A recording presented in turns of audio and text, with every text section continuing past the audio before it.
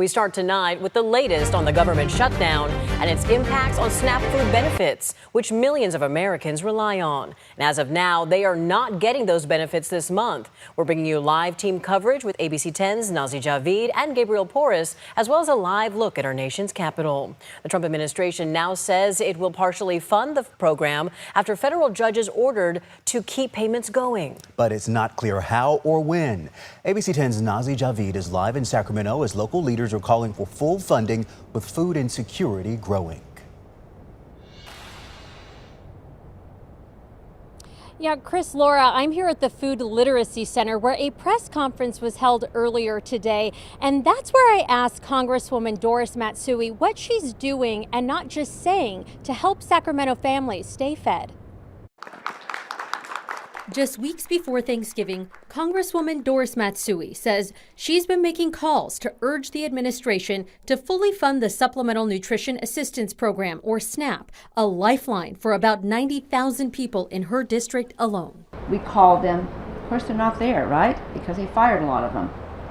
So only the secretaries are there who refuse to act. Matsui blames the Trump administration for failing to act, but admits the stalemate in Washington is leaving families without answers. Both parties continue to blame each other as the shutdown drags on, with little relief for those who rely on SNAP. On Friday, 2 federal judges ordered them to release the SNAP funds and feed the American people.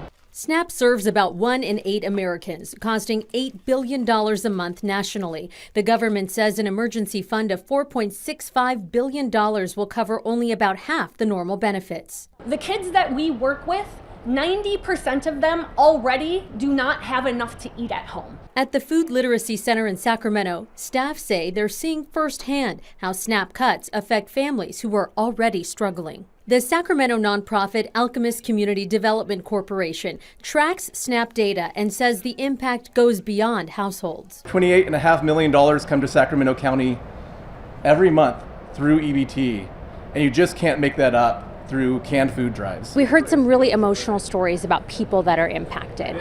You mentioned that you're knocking on doors, you're trying to get answers for people, you're trying to support your constituents, but they're not there, they're not answering, and this funding is not going to come anytime soon, as we know. It might take weeks. So what do you tell your constituents in that interim? What are you going to do to help them? You know what? I think this is where the community has stood up.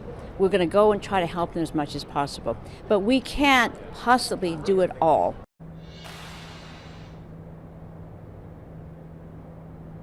And we know that SNAP recipients receive about $190 a month on average. At this time, it's unclear how much of that they'll be getting on their cards or when those funds will be received. We know in some states that can take about 2 weeks.